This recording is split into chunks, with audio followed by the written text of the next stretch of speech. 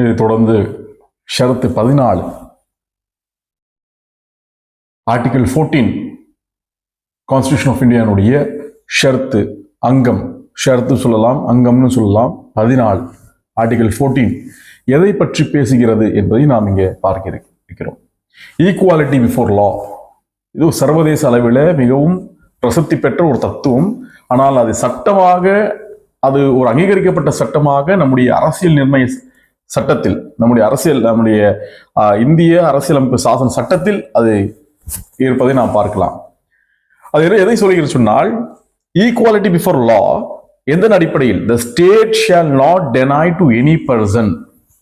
the state என்பது இதை எதை குறிப்பிடுகிறது சொன்னால், ஒரு அரசு இயந்திரத்தை, அது மாநில அரசுகளாக இருக்கலாம், மத்திய அரசாக இருக்கலாம், ஆக ஒட்டுமொத்தமான அரசு இயந்திரத்தை பற்றி அது பேசுகிறது. ஸ்டேட் என்றால் கவர்மெண்ட், the ஸ்டேட் என்றால் அரசு, ஸ்டேட் என்றால் இன்ஸ்டிடியூஷன்ஸ், கவர்மெண்ட் இன்ஸ்டிடியூஷன்ஸ், ஜுடிஷியரியா இருக்கலாம், நீதித்துறையா இருக்கலாம், சட்டத்துறையாக இருக்கலாம், அல்லது பியூரோக்ரேசி, அதிகார வர்க்கமா இருக்கலாம்.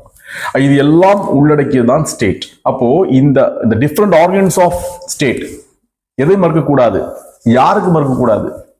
State shall not deny any person.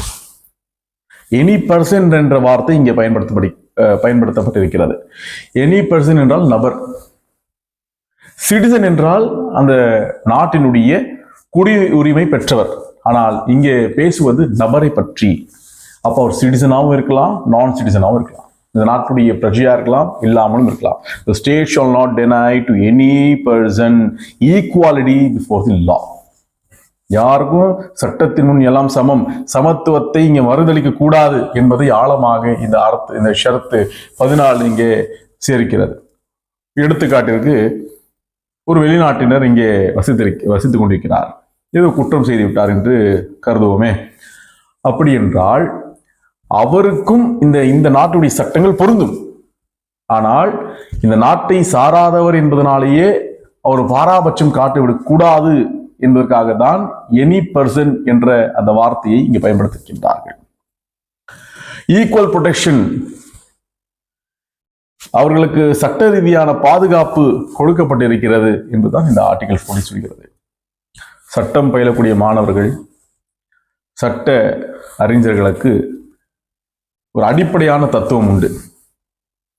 Golden triangle என்று சொல்வார்கள், முக்கோணம். இந்த முக்கோணம் மிக முக்கியமான விடயம். அந்த கோல்டன் ட்ரையாங்கிள் இது எதை பற்றி பேசும் என்று சொன்னால், 3 ஷரத்துகளை பற்றி பேசக்கூடியது. Article 14, article 19, article 21. ஆர்டிகல் 14 பற்றி நாம் பேசினோம். ஆர்டிகல் 19 அடிப்படையான உரிமைகள், certain freedom, certain fundamental rights, அடிப்படையான விடயங்களை பற்றி ஆர்டிகல் 19 சொல்லுகிறது. ஆர்டிகல் 21 எதை பற்றி பேசுகிறது சொன்னால், அது மிக முக்கியமான ஒரு ஷரத். Protection of life and personal liberty. Protection of life and personal liberty, ஒவ்வொரு மனிதனுக்கும் வாழ்வதற்கான உரிமை, அவனுடைய விடுதலையை உறுதிப்படுத்துகின்ற உரிமை இருக்கிறது என்பதை தான் ஆர்டிகல் 21 சொல்கிறது. இந்த 3மே ஒரு அடிப்படையான நேச்சுரல் ரைட். அந்த நேச்சுரல் ரைட், இயற்கையான அந்த விடயங்களை, இயற்கையாகவே மனிதனுக்கு இருக்கக்கூடிய விடயத்தை சட்டமாக்கி, அதை ஷரத்தாக்கி நம்முடைய கான்ஸ்டிடியூஷன்ல நம்ம வைத்திருக்கிறோம். அதான் அரசியல் அமைப்பு சாசனங்களுடைய மேன்மை. அப்போ ஆர்டிகல் 19 எதை பற்றி பேசுகிறது? Protection of certain rights regarding freedom of speech. உங்களுக்கு எளிமையாக சொல்ல வேண்டும் என்று சொன்னால், நான் இங்கே பேசிக் கொண்டிருக்கிறேன். Article 19 clause 1 sub clause A, freedom of speech and expression. நான் என்னுடைய கருத்துக்களை சொல்கிறேன், நான் பேசிக் கொண்டிருக்கிறேன். இப்பொழுது இங்கே 4 பேர் கூடியிருக்கிறாங்க, ஒரு 5 பேர் கூடியிருக்கிறாங்க. அது article 19 clause 1 sub clause B. எப்படி கூடியிருக்கிறோம்? அமைதியான முறையிலே கருத்து பரிமாற்றத்திற்காக கூடியிருக்கிறோம். வித்தவுட் ஆர்ம்ஸ், ஆயுதம் ஏந்தாமல், எந்த ஒரு வன்முறையில் அந்த நோக்கம் இல்லாமல் அமைதியான முறையில் கூடுவதற்கான ஒரு விடயம். அப்போ article 19 clause 1 clause B. Clause C என்ன சொல்கிறது என்றால், to form association or union. ஒரு பொது நோக்கத்திற்காக, ஒரு பொதுவான நல்நோக்கத்திற்காக நாம் எல்லாம் ஒரு சங்கத்தை ஆரம்பிக்கிறோம், ஒரு தொழிற்சங்கத்தை உருவாக்குகிறோம் என்றால் அந்த உரிமை நமக்கு அரசியல் அமைப்பு சட்டம் கொடுத்திருக்கிறது. பிறகு to move freely throughout India, throughout territory of India, Jammu காஷ்மீரிலிருந்து தமிழ்நாடு வரையிலும், அஸ்ஸாமிலிருந்து குஜராத் வரையிலும் நம்முடைய கோட்பாடுகளை, கருத்துக்களை, நல்லெண்ணங்களை நாம் சுதந்திரமாக, விடுதலையாக கொண்டு போய் சேர்ப்பதற்கான உரிமை கொடுத்திருக்கிறது. அதை நாம் செய்யலாம். இது article 19 clause 1 sub clause D. Sub clause E என்ன சொல்லி சொன்னால், நீங்கள் எங்கு வேண்டுமானால் வசிக்கலாம். ஒரு தமிழர் ஆந்திராவிலே சென்று வசிக்கலாம், ஒரு தமிழர் டெல்லியிலே சென்று அங்கே குடியேறலாம், அங்கே வணிகம் செய்யலாம், அங்கே அவருடைய வாழ்க்கையை அமைத்துக் கொள்ளலாம். காரணம் இந்தியர்கள், மொழியால் மாறுபட்டவர்கள், தேசத்தால் ஒன்றுபட்டவர்கள். அதைதான் உறுதிப்படுத்துகிறது அரசியலமைப்பு சாசன சட்டம். ஆகவேதான் நீங்க பாராபட்சம் இல்லை. ஒரு தொழிலதிபராக இருக்கலாம், தொழிலாளராக இருக்கலாம், மாற்று மாநிலத்தவராக இருக்கலாம், வந்து ஒரு இடத்துல இந்தியாவில் எங்கு வேண்டுமானும் வசிக்கலாம், ஏனால் இந்தியர்கள் என்ற அடிப்படையில். அப்ப ஆர்டிகல் 19 கிளாஸ் 1 சப் கிளாஸ் ஏலிருந்து இ. ஆனால் இது அடுத்தபடியாக எஃப், ஜி ஒரு எடுத்துக்கொண்டு ஜி எடுத்து பார்ப்போம். எஃப் வந்து ரிப்பீல் பண்ணி விட்டார்கள், இப்போ அது கிடையாது.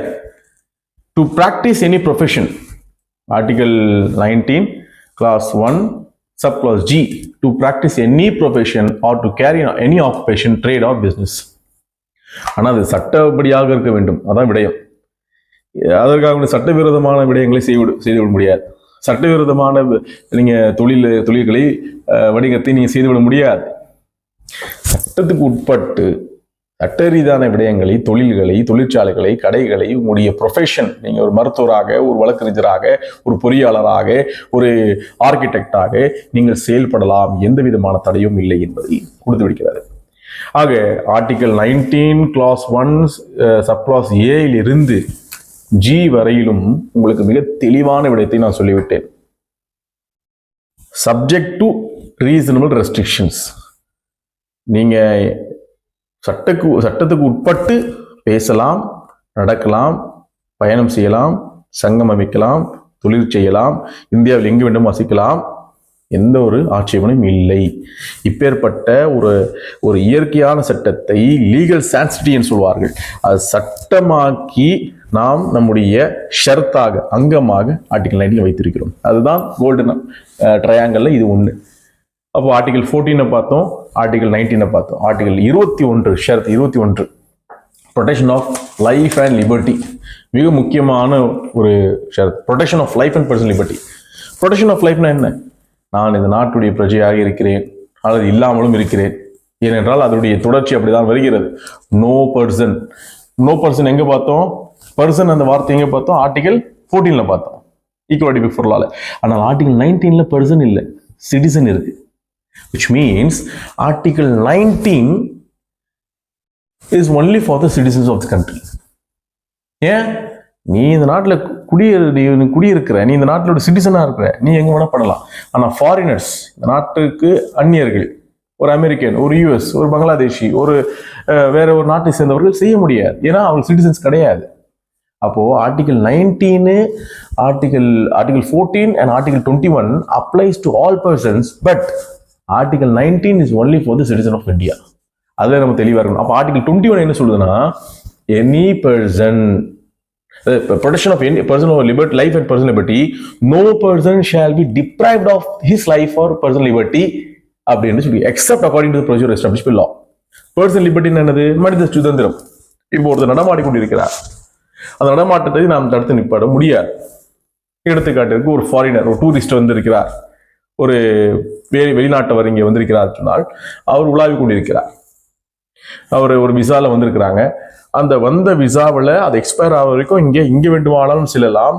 அவர் மருத்துவ ரீதியாக வந்திருக்கலாம், மருத்துவ உதவிக்கு வந்திருக்கலாம். ஆனால் அவரை சென்று நீ இந்த நாட்டை சேர்ந்தவன் இல்லை என்று அவரை தடுத்து நிப்பாட்டுவதோ, அவரிடத்துல தவறாக நடந்து கொள்வதோ அது முறையற்றது, அது சட்டத்துக்கு புறம்பானது. ஆகவே அவருடைய உரிமையையும் இந்திய அரசியல் அமைப்பு சட்டம் ஆர்டிகல் 21 பாதுகாக்கிறது என்பதுதான் இங்கே அழகான ஒரு விடயம்.